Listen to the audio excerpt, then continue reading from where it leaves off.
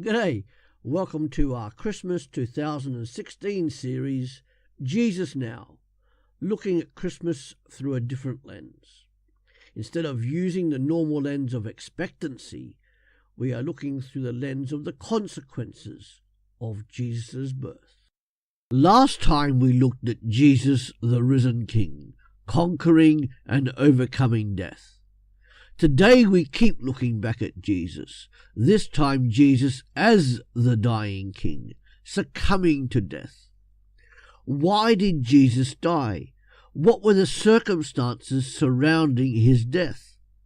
What has all this got to do with Jesus' birth and Christmas? Simply this: if Jesus did not die, then there would have been no need for him to have been born. There would have been no need for God to become human. Why? Let's find out together right now. We read some ancient words. See, my servant will prosper. He will be highly exalted. But many were amazed when they saw him. His face was so disfigured he seemed hardly human, and from his appearance one would scarcely know that he was a man. That was from Isaiah chapter 52, verses 13 to 14. And now from Isaiah chapter 53, verses 10 to 11. But it was the Lord's good plan to crush him and cause him grief. Yet when his life is made an offering for sin, he will have many descendants. He will enjoy a long life, and the Lord's good plan will prosper in his hands. When he sees all that is accomplished by his anguish, he will be satisfied. And because of his experience, my righteous servant will make it possible for many to be counted righteous, for he will bear all their sins. The prophet Isaiah decreed those words centuries before Jesus' birth. He was speaking about the Messiah who was to come. As we have seen together, Jesus is this Messiah. That is what we Christians believe. Let's look together now briefly at John chapter 19. When we correlate the two passages and see how they interlink. Firstly, let's look at Jesus being condemned.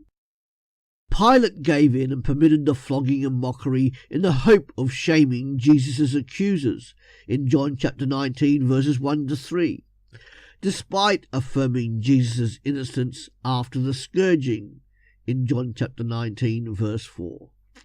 Jesus knew that his work of bringing people back to God into a loving relationship with God did not rest on the actions of a mere Roman governor. Therefore, Jesus' refusal to answer Pilate stung Pilate into reminding Jesus of his Roman authority. Chapter 19, verse 10. Jesus, however, corrected Pilate's idea of authority and told him that although Pilate may have power on earth, his power reached beyond earth. John chapter 19, verse 11. And we see that overall, Pontius Pilate was more concerned with his own position than he was for justice to be seen to be done. Therefore, Jesus is put to be crucified. Jesus bears his own cross and was killed as a common criminal.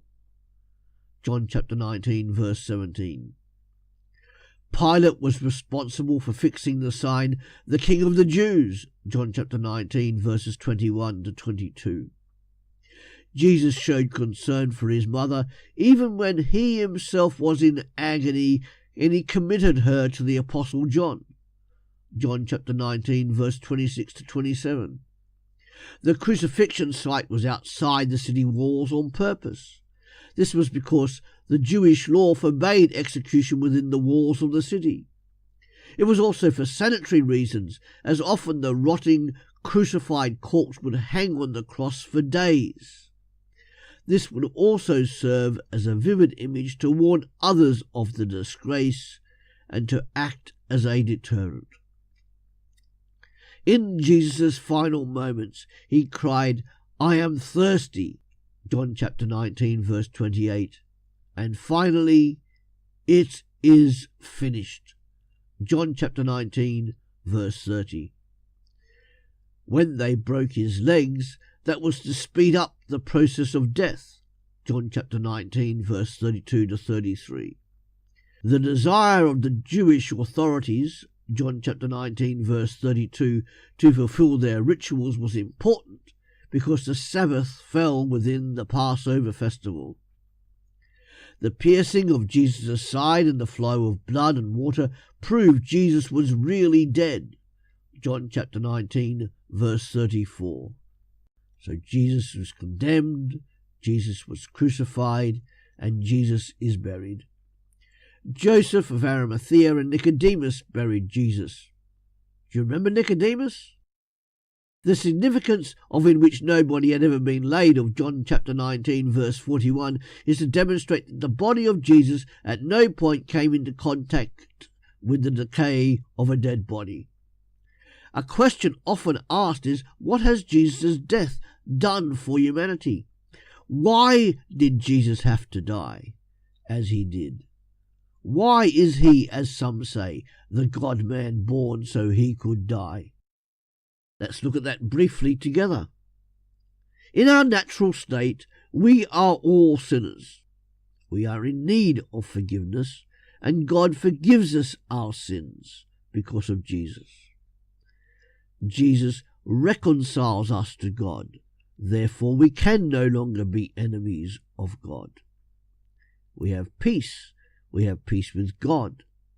Jesus' death justifies us, makes us just before God. Jesus' death cleanses us from sin. It makes us right before God. It gives us freedom from the power of slavery to commit sin. It gives us direct access to God. Wow! We have freedom from the power of the devil, and it gives us Christ's intercession for us.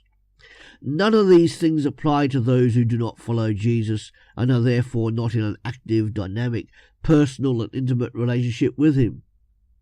Are you following this Jesus yet and interacting with him?